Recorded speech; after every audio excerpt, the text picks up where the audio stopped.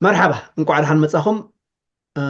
بار لهم معلتي محاري خدانه محاري هيدا سلاس خدانه مالتي دانيال تغلاينا بزعبا إيريتريا نيكست وكا بروجكت إيريتريا نيكست بروجكت مصايات إيريترا إلنا حزنا يدلنا بحساب كنا نسرحلو እንታይ ይግበር ኣሎ እንታይ ተሓሳቡ ገሊኹም ፈሊጥኩም ኣለኹም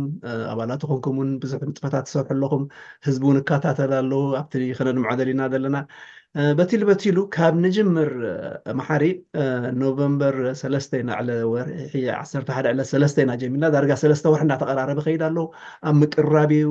መብዛሕትኡ ግዜ እኳ ሓሊፉ ክበሃል ይኽእል እዩ ግን ብናትካ ትዕዝብቲ ካብቲ ኣመፃፅኡ ካብቲ ቅድሚ ምምፅኡ እውን ብሓንሳብ ኮይንና ብዙሕ ዝሰርሓና ኣሎ ስለ ዝኾነ ካብኡ ጅምር ኣቢልካ ክሳብ ዚአን ሒዝናየን ዘለናሲ እንታይ ይግበር ኣሎ ነቲ ሰሚዕዎ ዘይፈልጥ ብዛዕባ ፕሮጀክት ኤርትራ ኔክስት እንታይ ኢልካ መገለፅካ ኣሎ ኢልካ ኣጀምር ኣበለና እሞ ክንቅፅሎ ኢና ዕላልና ራይ ግፋሕ ድበለት ሕተያ ዘላትኒ ምናልባት መቃቂለ ክሪኣ ክፍትኒ ሓደ እቲ መጀመርያ ድሕረ ባይታ ናይ ኤርትራ ኔክስት እንታይ እዩ ወኤርትራ ኔክስት ዝብል ተበግሶ ክንወስድ ዘገደደና ነገር እንታይ እዩ ረኣይ ፅቡቅ ኮይኑ ስማዕኒ ካብቲ ዝነበረ ፖለቲካዊ ምዕባለታት ኢና ተበጊስና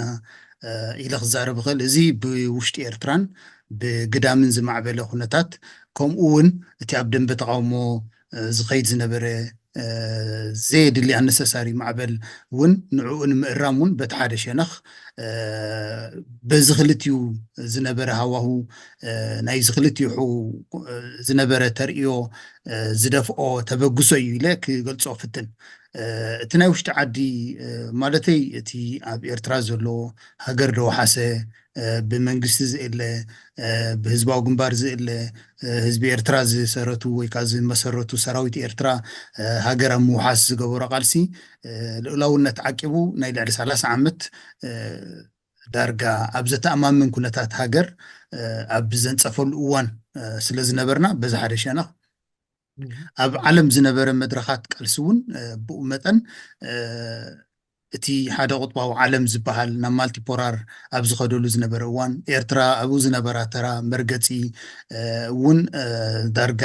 ተቐባልነት ዝረኽበሉ ሃዋሁ ምስ ምንባሩ ነዚ እውን ክድነቕ ዝነበሮ ናይ መሪሕነት ተበግሶ ወይ ፃዕሪ ስለ ዝኾነ ክሬዲት ክወሃቦ ስለ ዝነበሮ ነዚ እውን ንምቕፃል ነቲ ሞመንትም እቲ እውን ንምቕፃል በዚ ሓደ ሸነኽ ኣብ ዳያስፖራ ዝነበረ ናይ ደንቢ ተቃውሞ ዘየድሊ ማእዝን ሒዙ ዝነበረ መንነትና ዝድውን ኣካይዳ እውን ክእረም እውን ስለ ዘነዎ ንዕኡ እውን ኤርትራውያን ምዃንና ምስ ከባቢና ዘለዎ ሃገራት ከዓ ተዳዊብና ንነብር እምበር ናይ መንነት ትሕልኽላኽ ከም ዘይብልና ንፁር ዝኾነ ኤርትራ ብኤርትራውያን ንኤርትራውያን ከም እትነብር እንረጋግፀሉ መድረኽ እውን ክኸውን ስለ ዝነበሮ ስለዚ ኤርትራ ኔክስት ወይ ከዓ መፃኢት ኤርትራ እምበኣር ነዚ ኩሉ እዚ ዝነበረ ፖለቲካዊ ምዕባለ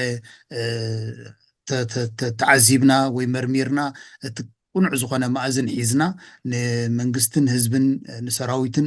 ንድግፈሉ በቲ ሓደ ሸነኽ ዘሎ ክእረም ዘለዎ ነገራት ክዕረ ዘለዎ ነገራት እንተልዩ እውን ክንእርምን ክንሕብርን ጥራሕ ዘይኮነ ተዋሳእቲ ወይ ከዓ ኣካል ናይቲ መፍትሒ ኮይንና እውን ዓቕምና ክንገብረሉ ንኽእል ፕላትፎርም ንምፍጣር እዩ ስለዚ እዚ እቲ ድሕረ ባይታ መስል ማለት እዩ በዚ ሓደ ቀዳማይ ክፋሉ ክሪኦ እንተኮይነ ማለት እዩ እቲ ካልኣይ ክፋሉ ከዓኒ እቲ ስለምንታይ ዝብል ኣምሩ እዩ ምናልባት ቅድመካ ከይህሉ ወይ ተሓተኑ እንትኸውን ወይ ከዓ ትገልፆ እንትኸውን ብወገንካ ብናትካ መገዲ እውን ኣብታ ስለምንታይ ንሓነት ሕጂ እንታይ ኢና ንብል ዘለና ስለምንታይ ፕሮጀክት ኤርትራ ኔክስት ኢልካስ ብሓፃራሲ ከም ስለ ዝኾነ ኣፍኮርስ ድሕረ ባይታ ኣማፃፅኡ ፅቡቅ ጌርካ ኣለካ ኣብኣእቶኻ ሕጂ ስለምንታይ እቲ ስለምንታይ እውን ሓደ እቲ ፖለቲካዊ ምዕባለታት ከም ዝወለዶ ወይ መቐፀልታት ዝመፀ ምዕባለታት ምዃኑ ኣብቲ ድሕረ ባይታ ገሊፀ ኣለኹ እቲ ካልኣይ ግን መንእሰይ ወለዶ ኣብዚ እዋን እዚ ኸ ሓላፍነቱ ክወስድ እንተደኣ ኮይኑ እንታይ ክገብር ዘለዎ ዝብል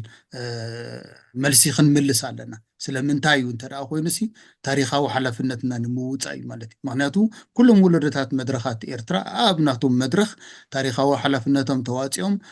ምዕቃብ ሃገር ይኹን ልኡላውነት ተገብረ ቃልሲ ንናፅነት ተገብረ ቃልሲ ከምኡ ንህንፀት ሃገር ተገብረ ቃልሲ ኩሉ ከምቲ ኩሉ ግዜ ፕረዚደንት ኢሳያስ ከምኡ ካልኦት መራሕቲ ህዝባዊ ግንባር ተቕስዋ ፅቡቕቲ ሓረጋ ኣላ ኤርትራ ናይ ወለዶታት ሃገር እያ ትብል ቃል እያ ኖ ስለዚ እዞም ወለዶታት እዚኣቶም ግን ኣብ ተፈላለየ መድረኽ ሓላፍነቶም ክወስዱ ኣለዎም ማለት ለዚ ሓደት ካብቲ ነዚ ክንምስርት ዘገደደና ወይ ዝገበረና ኩነታት እውን ሓላፍነትና ንምውሳድ እዩ ማለት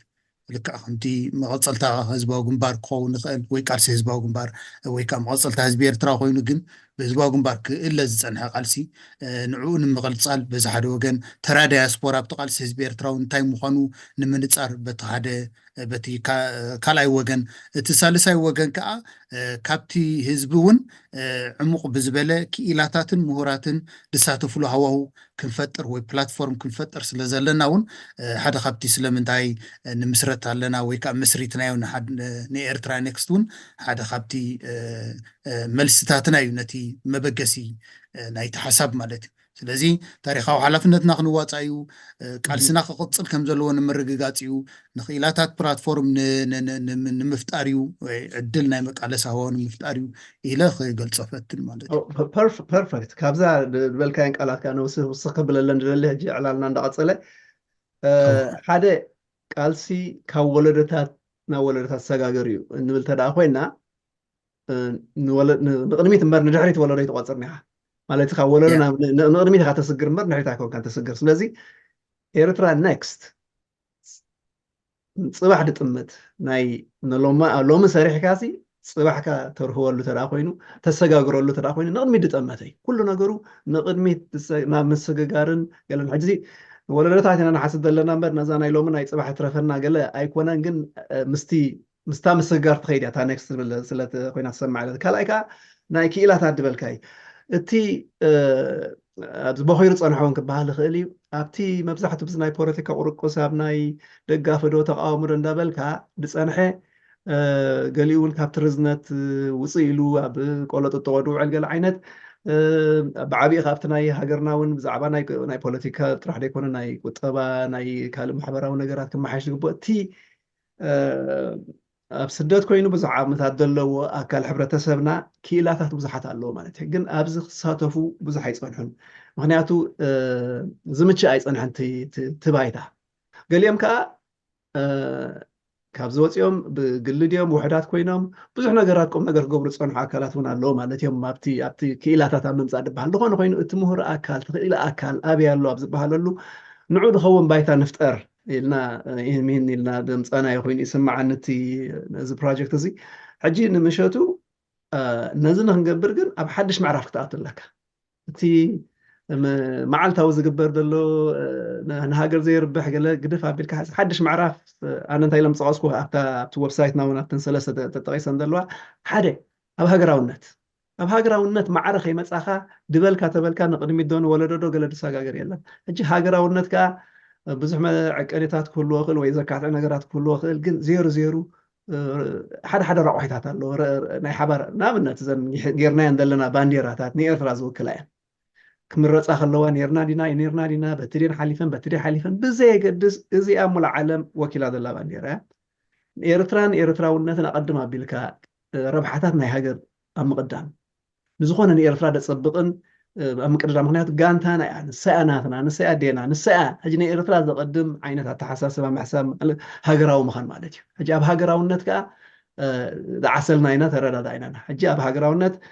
ኣነ ደጋፊ እየ ኣነ ተቃዋሚ እየ ኣነ ምዝ ፓርቲ ኣለኹ ኣነ ህግደፊ ኣይኮንኩን ገለ ኢልካ ትመቃቕሎ ኣይኮነን ኤርትራዊ ኢኻ ኣብኣ ተሳሚዕና ኣለና ሽዑብታ ንድሕሪኣ ትመፅኻ እሞ ብዙሕ ኣብ ቁርቁስ ዝፀናሕና ኢና ሓደ ተበዲለ ኢሉ ስደት ይሕልፍ ኣሎ ሂወቱ ከማይ ማለት ክኸውን ይኽእል እቲ ካልእ ስቕ መሪፀ ኢሉ ዋላ ትንክብለን ድደለየ ከይብለን ክፀንሕ ይኽእል ይኸውን ገሊኡ ነቲ ዋላ ነቲ ናይ ከምዚ ሃገርናስ በዝተኸለት ትሕሸና ኢልካ ተቕርቡ ሓሳባት ካብ መስመሩ ድወፀደ መዓልቲ ኮይኑ ድስምዖ ኣሎ ገሊኡ ካ ክበሃል ዘለዎ ስቕ ኢልካ ድበሃል ኣሎ ሕጂ ከምዚ ምትፍናን ይፀኒሕ ኖ ስኸ ኣየስራሕን ስለዚ ኣብታ ሃገራውነት ብሓንሳብ ተዳሊና ኣብታ ናይ ይቕረ ተባሂልካ ምቅርራብካ ምዕራፉ እሱ ተሓድሽ ምዕራፍ እቲ ከዓ ንቅድሚ ዝወስደካ ናብቲ ወለዶ ናብ ወለዶ ናብ ምስግጋር ዘእትወካ ዓይነት መንፈስ ከዓ እዚ ናይ ይቕረ ዝብል መንፈስ ናይ ሪኮንሲሌሽን ናይ ዕርቂ መንፈስ ማለት እዚ ከዓ ኣቦትኡ ብዙሕ ስራሕ ኣሎ ኣይ ቲንክ ዘንዳ ሓለፈ 3 ወርሒ ኢልና ዘለና ብዕሊ ካብ ንጅምር ብዙሕ ንሪኤሉ ኮይኑ ስማዓኒ ኣሎ ነንታ ሳልሰይቲ ከዓ እሞ ካብ ወለዶ ናብ ወለዶ ክንብል ተኮይና ኩሉ ሓደ ወለዶ ናብ ካልእ ወለዶ ዝረኻኽበሉ መስርሕ ኣሎ ስቕኢልካ ኣይኮነን ዝግበር እሞ ከዓ ብተረጋግአ መጠን በቲ ኣብቲ መዘወሪ ሒዙ ዘሎ ኣብ ስልጣን ዘሎ መንግስቲ ሒዙ ዘሎ ኣካል እሱ ከተግብሮ እሞ ዝተረፍና ከዓ ተሓጋገዝቲ ኮይና ኣብቲ ምስግጋሩ ድዩ ኣብቲ ንሓወሩ ዝኸውን ግዳ ሓቂ ከዓ ካብ ወለዶ ናብ ወለዶ ክትብል ከለካ ኣነ ኣብ ዘየለኹሉስ ነቶም ድመፁ ብድሕሪ ሕጂ ድውለዶ ኢልካ ትወስዶ እሞ ኣብ ከምኡ ኣብ ቀረና መገዲ ዘላ ኮይና ሃገርና የተሰማዓኒ እሞ ጅስ ነተን ክኢላታትን ናይ ወለዶታትን ናይ ሓድሽ ምዕራፍን ኢለ ውስኽ ከብለለን ደልየ በዚ መሰረት እዚ ክንሪአን ከለና እምበር እንታይና ነተኩር ተባሂልና መሓሪ ኣብቲ ዌብሳይትና እውን ካልኦት ከይዶም ክሪእዎ ክእል እዮም 4 ፕሮጀክት ሒዝና ኣለና ሕጂ እትየን ነዚአን 4 ቅድሚኻ ተለለዋ ከዘክረካ ክእል እየ ናይ ዲፕሎማሲ ናይ ሃገራዊ ስኒት ናይ ሜዲካል ሳፕላይስን ናይ ቀዋማዊ ምሕደራን እየን ሕጂ ኣብዚአን ምትኳርናሲ ስለምንታይ ንዝበለ ሰብስ ከመይ ጌርካ መገለፅካሉ هو ጽቡቅ ሕቶ ያዳኒ ከምዚ ክትንትኖ ዝጸናሕካ ኮይኑ እቲ ገለ ክፋል ናይቲ መልሱ ተንኪፍካ ያለኻ ግን ብኸመይ ምገለጽኮ ንኣብነት 4 በብሓደ እንተ ደኣ ክንሪአን ፈቲና እቲ ፓብሊክ ዲፕሎማሲ ኢልናዮ ዘለና እንተ ደኣ ርኢናዮ ኣብዚ ሕጂ እዋን ኤርትራ ብኩሉ መዳይ ተዓዊታ ትወፀሉ ዘላ እዋን እዩ ኢልና ክንዛርብ ንኽእል ኢና ማለት እቲ ሓሳባትና ኮሊዑ ዝወፀሉ ተቐባልነት እውን ዝረኸብናሉ ደገፍትና ዝበዝሓሉ እዋናት እዩ ዘሎ ማለት እዩ ተፃቢቕትና ከዓ ዝደኽሙሉ ኢልና እውን በቲ ሓደ ወገን ክንገልፆ ንኽእል ግን እቲ ዝበለፀ ቦልድ ኮይና ንወፀሉ ዘለና ነገር እዩ ማለት እዩ ስለዚ እዚ ሓያል ዝኾነ ናይ ፓብሊክ ሪሌሽን ስራሕ የድልዮም ማለት እዩ ወይ ከዓ ናይ ዲፕሎማሲ ስራሕ የድልዮም ማለት እዩ ምክንያቱ ንኤርትራ ብጠቐነ ምግላፅ ንመንግስቲ ኤርትራ ብሕማቕ ወይ ምስይጣን ትበሃል ቃል ጌርካ እውን ክግለፅ ፀኒሑ እዩ ማለት እዩ ስለዚ ነዚ እንተ ደኣ ክነሕውዮ ኮይና ስለዚ ኢሜጅ ወይ ከዓ መልክዕ ምስሊ ካራክተር ናይ ሃገርና ኣብ ዓለም ከነርድእ ክንክእል ኣለና ሓቂ ክንነግር ኣለና እንታይ ዓይነት ህዝቢ ኢና እንታይ ከንደሊ ባህግታትናን ጥሙሓትናን እንታዮም ኣብዚ ከባቢ ብኸመይ ከምዚ ከባቢ ከም ህዝቢ ክንነብር ንደሊ ንዝብል ሕቶ ዝንቡዕ ኣጠማምታ ዘለዎም ብጌጋ ዝኸዱ እንተልዮም ተሓቂ ክንነግሮም ኣለና ኮነ ኢሎም ከፀልሙናን ከኽፍኡና ንሰርሑ ሓይልታት እንተልዮም ከዓ ንዕኡ እውን ክንብድሆ ኣለና ስለዚ እቲ መንግስቲ ከም ዝበልና ናይ ብሓቂ ዓብ ክረዲት ክወስድ ዝግብኦ እዩ ሃገራዊ ሒሱሎ ልኡላውነታዊ ሒሱሎ ክቃለስ ፀኒሑ ኣሎ ንሕና ከም ህዝቢ ኸ እቲ ናይ ዲፕሎማሲ ስራሕ ህዝባዊ ጌርና ዓቕምና ከነበርክተሉ ንኽእል ኩነታት ብፍላይ ኣብ ዳያስፖራ ዘለና ከምቲ ዓንቲ ወይ ዝበልናዮ ብፍላይ ካኣቶም ክኢላታት ኣብቲ ዓውዲ እውን ዓቕሚ ዘለዎም ኣካላት ብኸመይ መገዲ ምስሊ ናይ ኤርትራ ኣብ ምምሕያሽ ፅልዋታት ኣብ ምግባር ዓብ ተራ ክንፃወት ንኽእል ዝብል ከም ሓደ ዓብ ረቋሕ ወሲድናዮ ምክንያቱ እሱ ንኢንቨስትመንት ንቱሪዝም ንብዙሕ ነገራት ስለ ዝሕግዝ ማለት እዩ ኣብቲ ፖለቲካ ዓለም ከዓኒ እቲ ናትካ ግቡእ መስመርካ ግቡእ ክብርካ ትረኽበሉ ኣጋጣሚ ክፈጥር ስለ ዝኽእል ነዚ ንምግባር እዩ ነዚ ዓቕምና ወይ ከዓ ኣብቲ መንግስቲ ኤርትራ ዝገብሮ ዘሎ ዓበይቲ ስራሓት እታ ዓቕምና ንእሽቶ ፀፀር እውን ትኹን ነፍሲ ወከፍ ዜጋ ብኸመይ ክድርብያ ክእል መገዲ ንምፍጣር ዝገበርናዮ እዩ እቲ ካልኣይ እቲ ናሽናል ሃርሞኒ ንብሎ እዩ ወይ ከዓ ሃገራዊ ውህደት ሃገራዊ ስኒት ሃገራዊ ጥምረት ምስቲ ሓድነት ዝተኣሳሰር ኮይኑ ኣብዚ እዋን እዚ እቲ ሓድነት ህዝቢ ኤርትራ እንዳተኮላዓሉ ዝኸደሉ እዋን ብምዃኑ ኣብ ደገ እውን ብኸመይ ኣብቲ ንሕና ክንዋስኦ ንኽእል ከባቢ ብኸመይ ዝያዳ ጥምረትናን ውህደትናን ብብሄራት ተሓሳስባ ብሃይማኖታት ወይ ብቋንቋታት ጥራሕ ዘይኮነ ብሓሳብ እውን ሓደ ኮይና ንመጻኢና ንገጥመሉ ኩነታት ምክንያቱ እቲ ኤርትራ ኔክስት ንብሎ እንዲቲ ሓሳብ ስለዚ ብኸመይ ሓደ ሓሳብ ኮይና ከም ህዝቢ ብውሽጥን ብደገን ባግታትና ሰሚሩ ከመይ ጌርና ንመጻኢ ንገጥሞ ወይ ከዓ ነቲ ዝረኣየና ዘሎ ዋጎ ዋጎ ወይ ፅልምት ዝበለ ሆራይዘን ብኸመይ ንገጥሞ ንዝብል ሕቶ ኣብኡ እውን ዝያዳ ክንሰርሕ ምእንቲ ኢና ነቲ ናይ ናሽናል ሃርሞኒ ኢሹ ኣልዒልናዮ ማለት እዩ እቲ ሳልሳይ ግዜ ከይንዋሕኩም ምናልባት ኣብቲ ናይ ጥዕና መዳይ ብፍላይ ኣብዚ ሕጂ እዋን ብካንሰር ድሳቐ ብዙሕ ኣካላት ሕብረተሰብ ክህልወና ክእል ከምኡ እውን ብናይ ኩናት ምክንያት ስኩጆታትን ካልእን ድሳቐ ክህልወና ክእል ምስኡ እውን እቲ ንቡር ሕዱር ሕማማት ኣብ ኩሉ ሕብረተሰብ ዘጋጥም እውን ከጋጥመና ክእል ስለዚ ኣብዚ እውን ኣክንዲ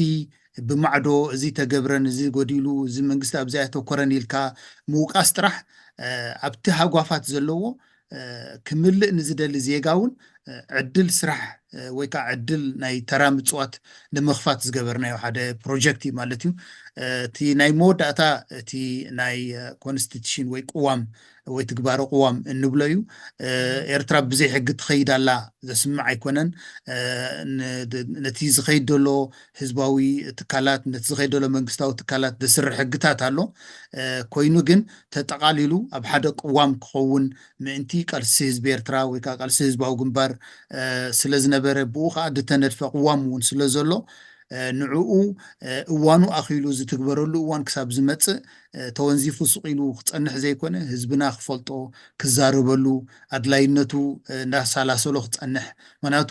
ቅዋማዊ ስርዓት እውን ንባዕሉ ርእሱ ዝኸኣለ ካልእ ዓለም ስለ ዝኾነ ከም ሓደ ጋሻ ክኾነና ይብሉን ህዝቢ ኤርትራ ስለዚ ኣብ ቋንቋናን ኣብ ላዛናን ኣብ ሂወትናን ኣብ ናብራናን ቅዋማውነት ዝብል ኣምር ክንለማመዶ ክንክእል ኣለና ስለዚ ነዚ እውን ሓደ ሃዋሁ ንምፍጣር ዝገበርናዮ ፕሮጀክታት እሞ ብከምዚ ገልፆ ዝያዳ ኣብቲ ናተይ ትውስኸሉ ሓሳባት ክህልወካ ክእል ዳኒ እያ ቴንክ ዩ መሓረ ፅቡቅ ጌርካ ኣብፅሕና ኣለካ ሕጂ ዝኩሉ ኣብ ዘንዳሓለፋ ሰለስተ ወርሒ ይመላኣልና ዳ እምበር ተላዒልናያ ዘለና መጀመርያ እኳ ካብዚ ንላዕሊ እውን እዝንዝን ክንገብር ገለ ባህል ነይሮን ግን እስከ ተን ክንጅምር ኣለና ተን ክንገብረን ንኽእል እሞ ንግበር ካብኡ ከዓ ኢልካ ቀም ቀዳምነት ተተሓዛእን ካልእ እውን ክግበር ይኽእል ማለት እዩ ሕጂ በቲሉ ዘንዳሓለፈ ሰለስተ ወርሒ ወርሒ 11 ተይልና ምስቲ በዓላት ናይ ክርስማስ ድዩ ናይ ሓድሽ ዓመት ድዩ ናይ ገለ ኢልካ ተጉዲልካ ኣለን ብዙሕ እውን ድጎደለን መዓልትታት ኣሎ ገና ወርሒ ሓደ ኢና ዘለና ግን ትውዳእ ኣላ ግን መዓልቲ ሕልፍ ሕልፍ ብል ኣሎ በዚ ጋጣሚ እዚ እንታይ ክብል ዘላ ኣነ ኩንስኻ ካልኦት እውን ብፆትናቶም ተዓጠቕቲ ኣዳለውቲ ከምዚ ኢልና ንቀረብ ኣብ ድበሃለሉ ሓንሳብሲ ምሸትስ ከምዚ ኢሎም ኣለዉ ኤርትራን ከምዚ ዓይነት ኣተኪሮም ክሰርሑን ክሳተፉን ድደልዩ ኣለዉ እሞ ማኣዲ ንቐርበሎም እዩ ማኣዲ ስራሕ መን ከም ድመፅግና ኣይትፈልጥኒ ሕጂስ ከምዚ ሓወሲ ሕቶ ገይረ ባዕለይ እውን ውስኽ ከብለላ እቶም ኣብዛ ሓፃር እዋን እዚኣ ዕድል ረኺብና ክንፈልጦም ምስኦም ክንሰርሕ ክንፋለጦም ተመክሮናቶም እውን ክንፈልጥ ዝኸኣልና ብፆትን ኣሓትን ኣሕዋትን ኣወዳትን ኣዋልድን ብጣዕሚ ካብ ኩሉ ኩርናዓት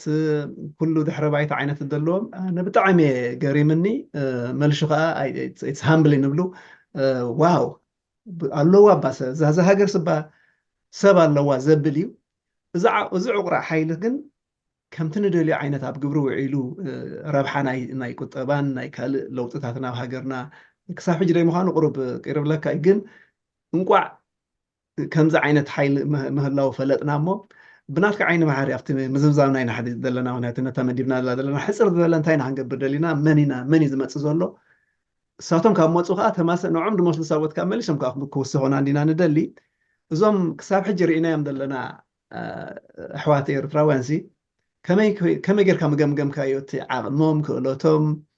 ኩሉ ነገሮም ናይ ብሓቂ ተስፋ ብድህብ መገዲ ኣነ ብናተይ ዓይኒ ሪኦ ዘለኹ መስኻ ክትሪኦ ከለካ ከመይ ኮይኑ ፀኒሕካ በብሓደ እውን ከም ተቐባሊ ጋሻ ከም ንብዙሓት እንዳረኸብካ ድዕለልካዮም ስለ ዘለዎ ኢለ እያ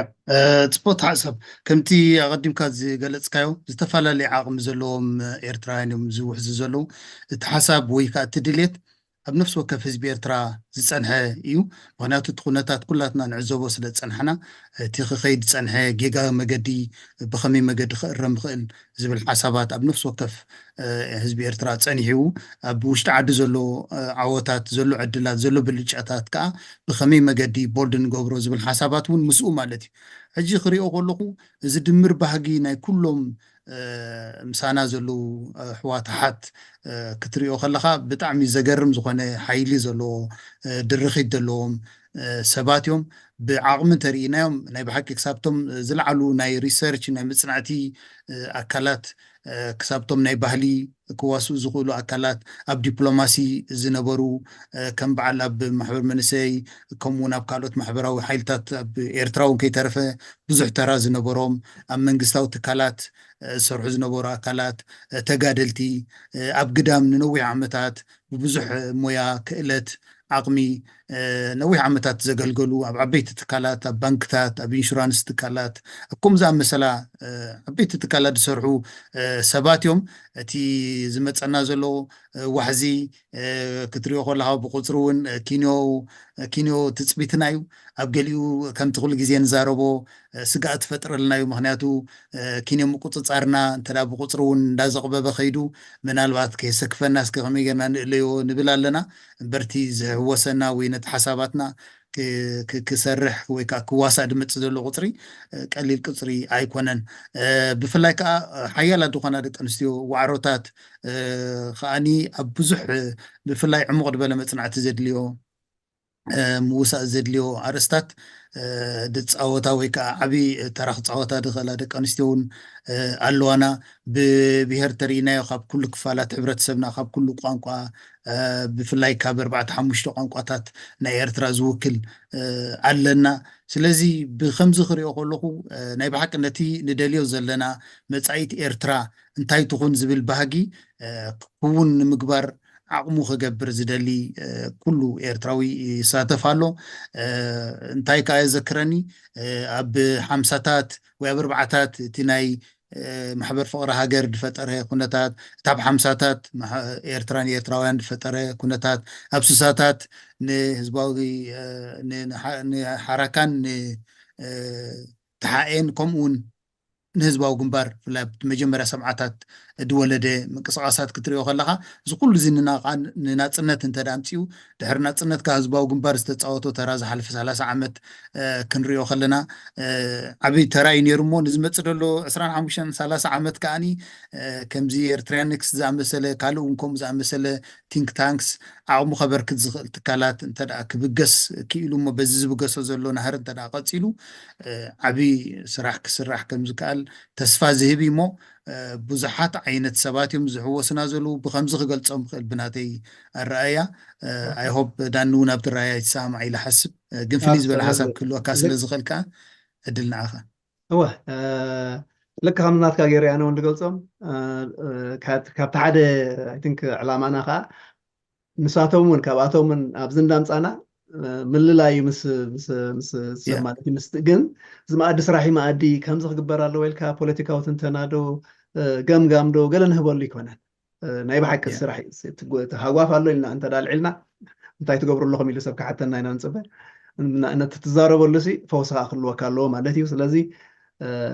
ኣብ ክንዲ ከምዚ ክግበር ኣለዎ ከምዚ ተገይሩ እንዳበሉ ዝመፁ እውን ክህልውና እዮም ፈቃደኛታት እንተኮይኖም ከዓ ገሊኡ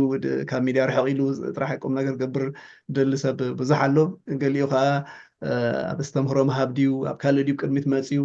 ብዓብዪ ካ በዚ ሒዝናዮ ዘለና ንቅድሚት ክኸይድ ተኮይኑ እቲ ፕሮጀክታት ሰብ ክፈልጦ ስለ ዘለዎ ብዛዕባ ሓበሬታ ድህቡ ብዛዕባ ነብሶም ዘላልዩ ክህልውና እዮም እሞ ስለዚ ይመላልና ናይ ብሓቂ ኣነ ካብቲ ተፀበኽዎ ንላዕሊ ክብል ደፍር ኣብቲ ኣጀማምራ ዘሎ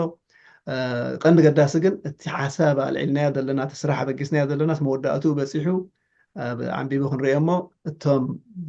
መወዳእቱ ካ ትድረብሕ እቲ ናቱ ብኡ ዝረብሕ እቲ ህዝብና እዩ ብኡ ክረብሕ ክንርኢ ከለና ኣብቲ ቁሩብ ናይ ምርዳእ ናይ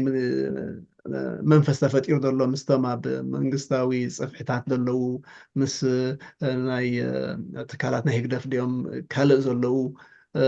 ይህን ምሂን መባሊ እሳቶም እውን ብናቶም ወገናት ሒዞሞ ዘለዉ ስራሕ ምዝናትና كوردينيت ناجبركا أبت مجمري عين هذا لنا قلتي already نحن هان نقبر لنا أنت تقبر لهم أبز بحال اللي منفس تبت تحاورنا ذا لهم بزقات أمزي عري مسجاناي بصحكم مسجانا هنا بصحكم قبل دلي جن بقدمي بحجنا صور حصل بزح أو نحن كنركب لنا እሞ መሓሪ እዛ ናይ ሎም መዓልቲ ቅንጭላ ኣቢልናሲ እንታይ ትግበር ዘሎ እንታይ ተሓሳብኩም ኢልካ ምንምትንባሃ ካልእ መዓልትኻ ከምዚ እናመፃና ገሊኡ ኣብ ህሉ ኩነታት ገሊኡ ኣብቲ ስራሕ ሒዝናዮ ዘለና ፕሮግረስ ሪፖርት ንገብረሉ ምልስ ምልስ ክንብል ኢና እሞ ከምዚኣ እታ መደብና እሞ ብኣይ ወገን ሎም መዓልቲ ኣብዚኣ ወዲእ ኣለኹ ብኣኻ ከዓ እንታይ ትብል ፅቡቅ መደምደምታ ጌርካ ኣለካ ጥራሕ ንሰማዕቲ ብፍላይ ከዓ ሓፈሻዊ ደቂቕ ዝበለ ሓበሬታ ንዝደልዩ ኣብተን 4 ፕሮጀክታትና ብመልክዕ ፕሮጀክት ኢና ሒዝናዮ ዘለና ሓደ ፕሮጀክት ማለት ከዓ ይጅምር ይቕፅል ሞዳታ ኣበይ በፂሑ ኢልካ ኳንቲፋይ ጌርካ ወይ ከዓኒ መዐቀኒታት ጌርካ ክትሪኦ ዘለካ ነገር ውፅኢት ከምፅእ ከም ዘለካ ወይ ኢንክሪመንት ለውጢ ትገብር ከም ዘለካ ብትሪእሉ ዘለካ መገዲ ጌርና ክንሕዞ ኢና ንፍትን ዘለና ከምኡውን ብናይ ግዜ ምቓን ክንቃንዮ ንፍትን ኣለና ብሽዱሽተ ወርሒ ምናልባት ዓመት ከምኡ እናበልና ነቲ ስራሓትና ብመልክዕ ሳይክል ክንሕዞ ኢና ንፍትን ዘለና እሞ ሽዑኡ ኣብ ፀብፃብ ንገብረሉ እዋናት ዝሓሸ ለውጢ ምፂና ክንራኸብ ከዓ ተስፋ ገብር ስለዚ ኣይ ቲንክ ፅቡቅ መደምደምታ ጌርካ ስለ ዘለካ ብከምዛን እውን ክድምድም ክኽእል ማለት እዩ እሞ ይቀኒልና እቶም ተከታተሉና ዘለኹም ክብረት ሃበልና ከምዚ መሓር ዝበሎ ተመሊስና ፕሮግረስ ሪፖርት ዲ ካልእ ክንምለሰኩም ኢና ሎም መዓልቲ ክትከታተሉና ምምራፅኩም ምስጋና ንኩሉ ቴንክ ዩ የቀኒልና